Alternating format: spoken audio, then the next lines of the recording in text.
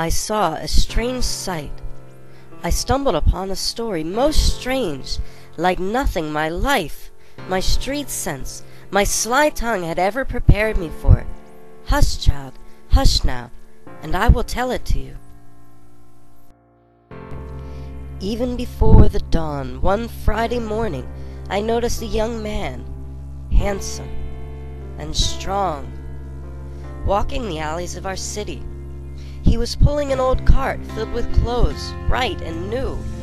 He was calling in clear tenor voice, "Rags, get your rags." Now this is a wonder, I thought to myself, for the man stood 6'4", and his arms were like tree limbs, hard and muscular, and his eyes flashed intelligence. Could he find no better job than this, to be a rag man in the inner city? I followed him. My curiosity drove me, and I wasn't disappointed. Soon the ragman saw a woman sitting on her back porch. She was sobbing into a handkerchief, sighing, and shedding 1,000 tears. Her knees and her elbows made a sad X. Her shoulders shook.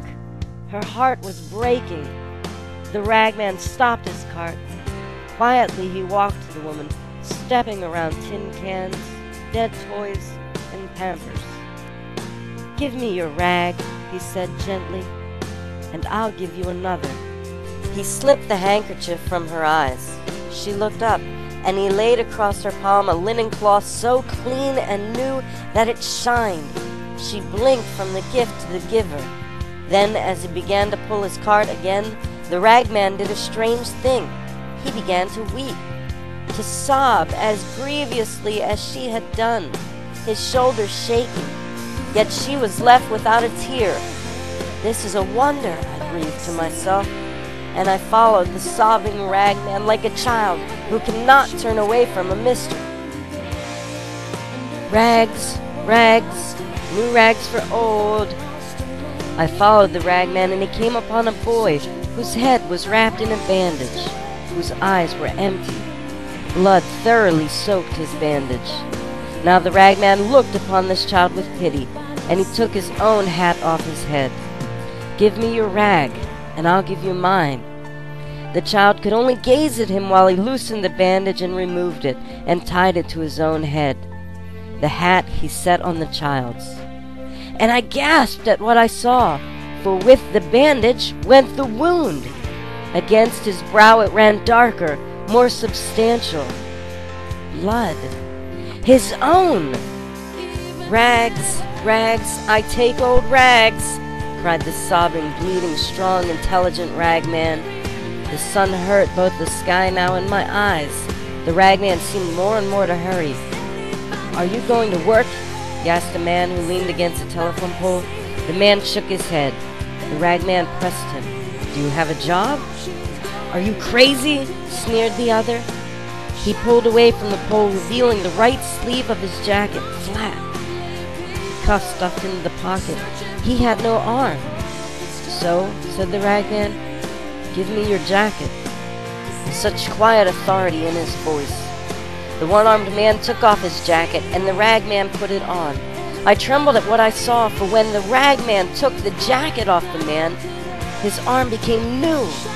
However, the ragman put the jacket on himself, and now his arm was gone. "Go to work," he said.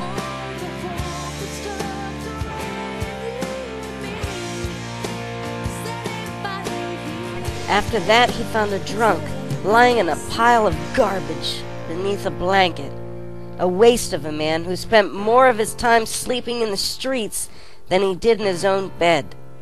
He took that blanket and wrapped it around himself. But for the drunk, he left new clothes.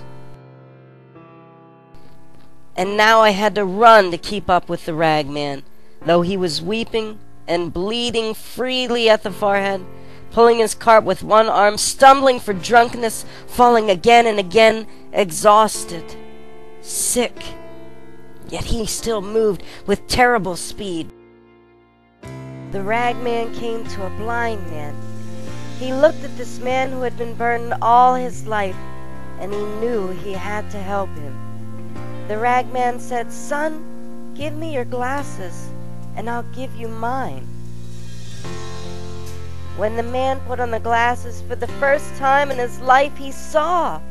He saw colors and lights and the beauty of all the things we take for granted. And not surprisingly, when the ragman put on the glasses, he no longer saw anything. Once again, he had placed the burdens of others upon himself. The ragman continued to hurry at an even greater pace and stumbled upon a homeless woman. It turns out that she had lost her home and her job after losing her leg in an accident. Once again, the ragman took pity on her, and although he was burdened with so much so far, he still wanted to help. He told her to give him the filthy bandage that she had her mangled stub wrapped in. When he removed the bandage, a brand new leg had appeared, with shoe and all. The woman couldn't believe it, and when she looked to thank the ragman, she was shocked to see that he now wore her bandage in the place where his leg had been only moments before.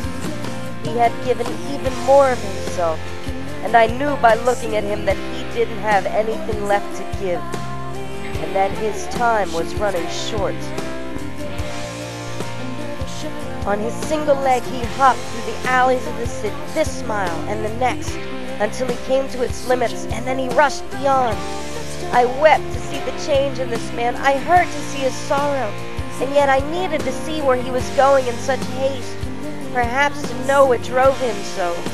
This little old rag man, he came to a landfill. He came to the garbage pits, and then I wanted to help him in what he did, but I hung back, hiding. He climbed a hill with tormented labor. He cleared a little space on that hill. Then he sighed. He lay down. He covered his bones with a blanket, and he died. Oh, how I cried to witness that death. I slumped by a junk car and wailed and mourned as one who has no hope, because I had come to love the ragman. Every other face had faded in the wonder of this man, and I cherished him. But he died, and I sobbed myself to sleep.